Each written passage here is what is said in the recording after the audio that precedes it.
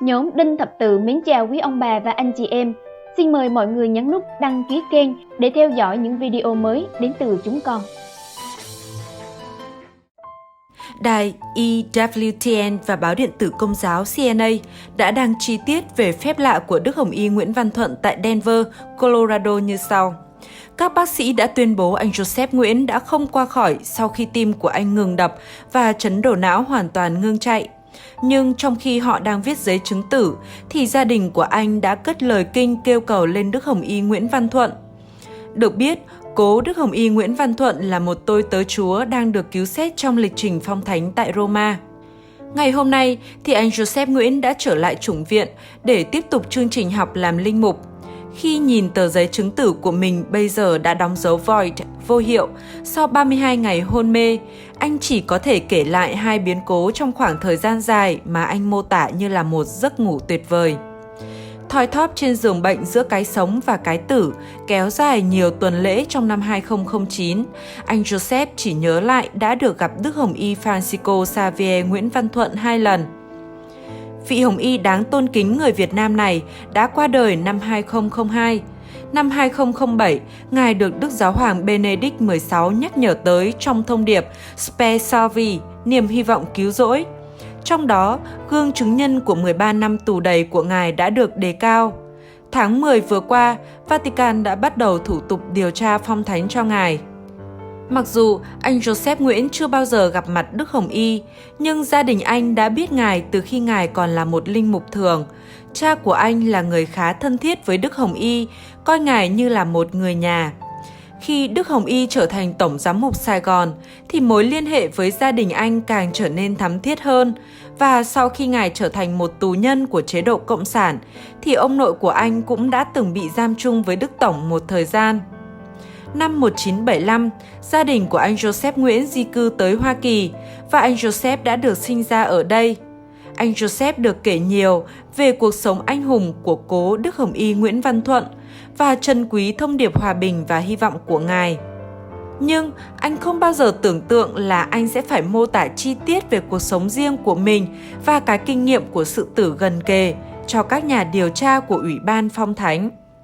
Sự thể khởi đầu vào tháng 8 năm 2009, lúc đó Joseph đang học năm thứ 3 tại chủng viện. Anh được giao việc thăm viếng và đưa mình thánh cho các bệnh nhân tại các bệnh viện. Vào đầu mùa thu thì anh bắt đầu có vài triệu chứng bị cúm. Những cơn bệnh trở nên trầm trọng và anh xin nghỉ để về nhà dưỡng bệnh. Trong cuộc phỏng vấn với CNA, anh kể lại, tôi nhớ đó là ngày mùng 1 tháng 10. Tôi không hiểu tại sao mà mình không thở được. Cha anh chở anh đến bệnh viện, anh còn tỉnh táo để làm thủ tục nhập viện, nhưng sau đó thì không còn nhớ gì nữa. Anh chỉ được nghe kể lại về những gì đã xảy ra trong ngày anh về với Chúa, biết rằng cha mẹ của anh vẫn không mất hy vọng và cầu nguyện nhiệt thành với Đức Hồng Y Nguyễn Văn Thuận.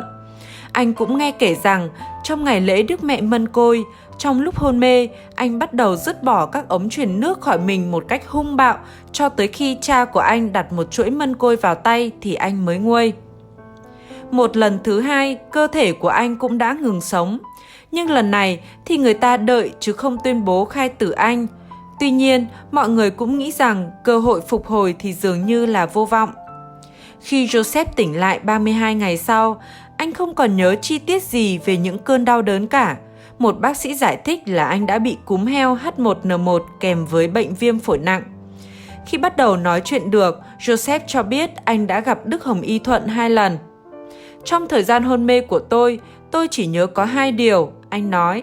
2 điều duy nhất tôi nhớ là 2 lần thấy Đức Hồng Y Thuận hiện ra. Đức Hồng Y đã hiện ra với tôi 2 lần. Joseph nói rằng anh không chỉ nhìn thấy Ngài mà thôi, nhưng với những tình tiết sống động mà anh mô tả về lúc linh hồn rời khỏi xác, anh đã thực sự gặp gỡ và nói chuyện với Đức Hồng Y. Mặc dù anh không thể tiết lộ chi tiết của câu chuyện, anh nghĩ 2 lần ấy đã xảy ra trong lúc mà các bác sĩ quan sát thấy các hoạt động của não và cơ thể của anh dừng hoạt động. Sau lần gặp gỡ thứ 2 với Đức Hồng Y, anh nói, thì tôi tỉnh dậy.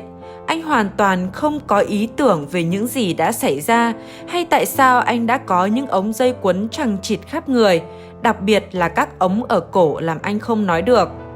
Các bác sĩ đã nghĩ rằng anh cần phải mất nhiều tháng hoặc có thể là nhiều năm trước khi anh có thể nói, đi hoặc học lại.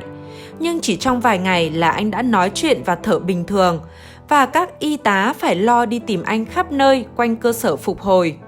Anh cũng bất ngờ được người em gái của Đức Hồng Y Nguyễn Văn Thuận đang sống ở bên Canada gọi điện thoại sang. Bà đã gửi tặng cho anh một chuỗi tràng hạt của Đức Hồng Y.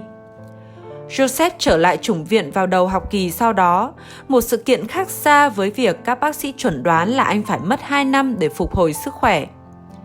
Sau đó thì tiếng đồn về phép lạ lan truyền ra. Anh Joseph đã cung cấp thông tin cho các nhân viên làm việc cho vụ án Phong Chân Phước của Đức Hồng Y tại Roma. Nhưng ngoài việc đóng góp đó, anh chủng sinh trẻ tuổi này bây giờ chỉ nhắm vào một mục tiêu duy nhất trước mặt là chức linh mục. Khi anh trở lại chủng viện, Joseph một lần nữa đã được giao nhiệm vụ phục vụ tại bệnh viện. Trong khi anh giữ kín đáo về khía cạnh phép lạ của mình, Joseph đã rất nhiệt tình nói chuyện về các công việc hiện tại trong bệnh viện. Anh cho biết tình trạng hôn mê và kinh nghiệm phục hồi của anh đã giúp anh đem hy vọng và niềm an ủi đến cho bệnh nhân. Những bệnh nhân này dù không biết về cuộc hội ngộ bí ẩn của anh với một vị thánh hoặc biết về cuộc sống lại ngoạn mục từ cõi tử của anh, nhưng điều quan trọng hơn là khi họ nhìn thấy vết sẹo trên cổ họng của anh, họ biết rằng anh hiểu được họ. Thực sự là một cảm giác toại nguyện khi có thể bước vào một căn phòng và nói: quý ông bà không phải chịu đựng những đau khổ như thế này một mình đâu, bởi vì chính tôi cũng đã trải qua đó, nằm ngay tại giường bệnh như thế này. Joseph coi những kinh nghiệm của anh đã đem đến một đức hy vọng trong lòng của anh và cung cấp cho anh một thông điệp mà anh hy vọng sẽ có thể chia sẻ với những người trong hoàn cảnh tuyệt vọng. Đó là có một Đức Hồng Y thuận trong cuộc sống. Trần Mạnh Trác.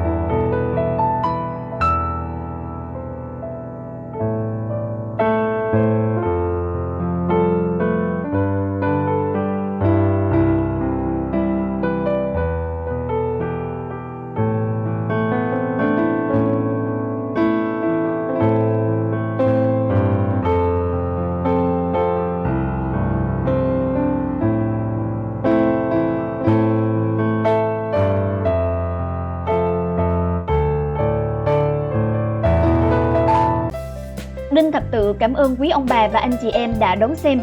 Xin Chúa chúc lành cho tất cả mọi người. Và đừng quên đăng ký kênh để theo dõi những video mới đến từ chúng con.